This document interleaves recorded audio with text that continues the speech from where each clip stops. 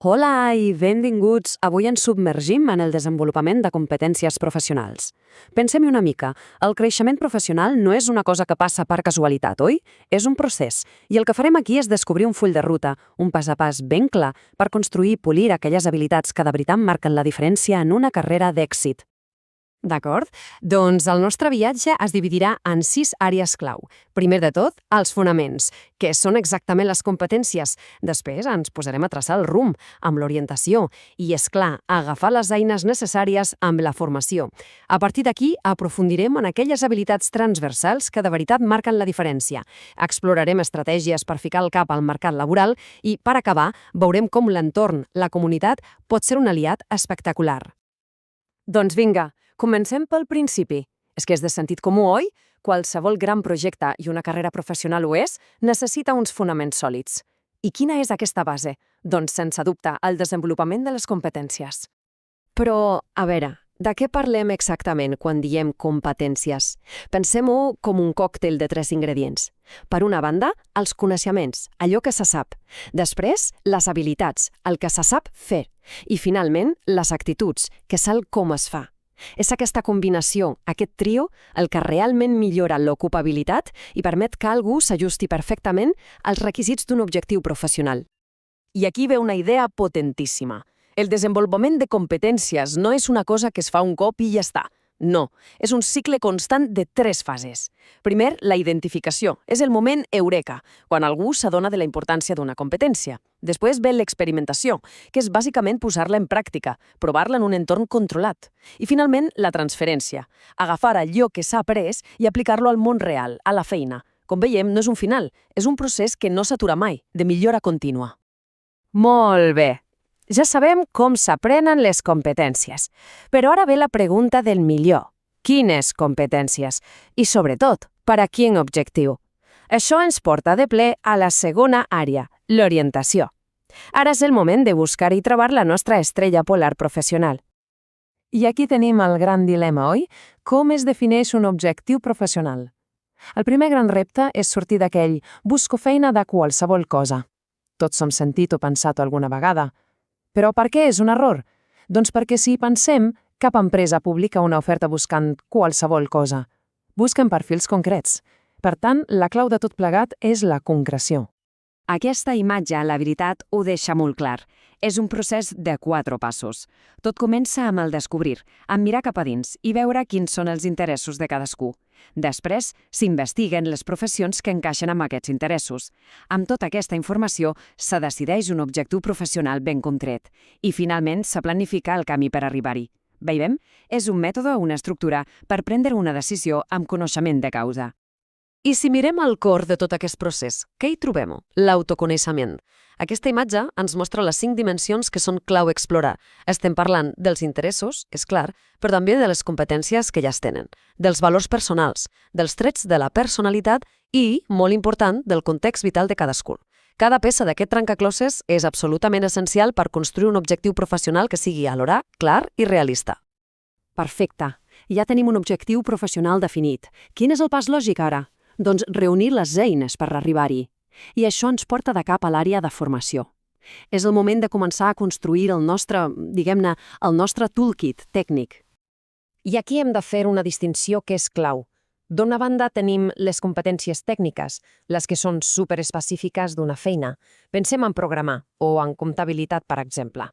Però de l'altra tenim les competències de base. Aquestes són com el pa de cada dia, necessàries a gairebé tot arreu. Els idiomes o saber-se moure bé amb les noves tecnologies, les TIC.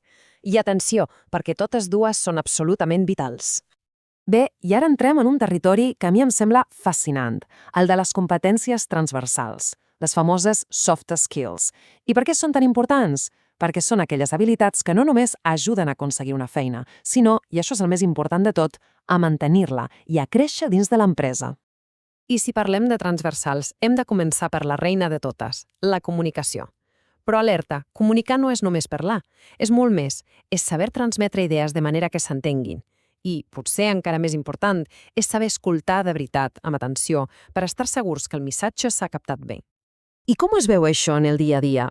Quines són les conductes que ho demostren?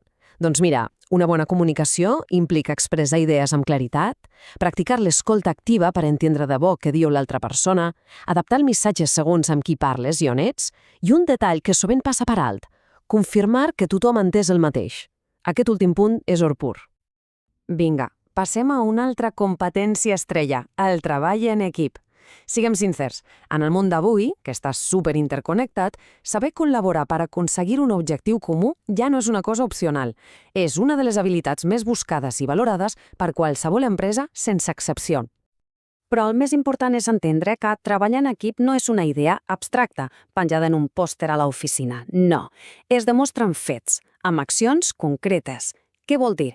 Doncs cooperar de forma activa, mantenir els companys al dia, saber aixecar la mà i demanar ajuda quan fa falta i, igual d'important, oferir-la quan veus que algú la necessita. Aquestes són les coses que de veritat construeixen equips que funcionen. Molt bé, ja tenim les competències tècniques i les transversals més o menys identificades. Ara arriba el moment de la veritat, posar-les en joc. Entrem de ple a l'àrea d'inserció. Aquesta és la fase activa, on tota la planificació es converteix en acció i la teoria xoca, per fi, amb la realitat del mercat de treball. I una eina, que en aquesta fase és or, és la fitxa ocupacional. Què és això? Doncs imaginem-la com una mena de treball de recerca sobre una professió. Permet analitzar-lo tot de manera sistemàtica. Quines funcions té, quines competències calen, quins requisits demanen, quines són les condicions. La idea és clara. No es tracta d'anar cegues, sinó de prendre decisions basades en informació real. I la pregunta és, on es busquen aquestes oportunitats? Doncs la paraula màgica aquí és diversificació. Cal tocar totes les tecles, des dels canals més típics, com els portals de feina a internet, fins als més proactius, com moure la xarxa de contactes o presentar-se directament a les empreses que interessen. La lliçó és la de sempre, però és molt certa. No es poden posar tots els ous a la mateixa cistella. Però, un moment, com es mesura si algú té una competència o no a la pràctica? Aquesta grallera d'avaluació és un exemple perfecte.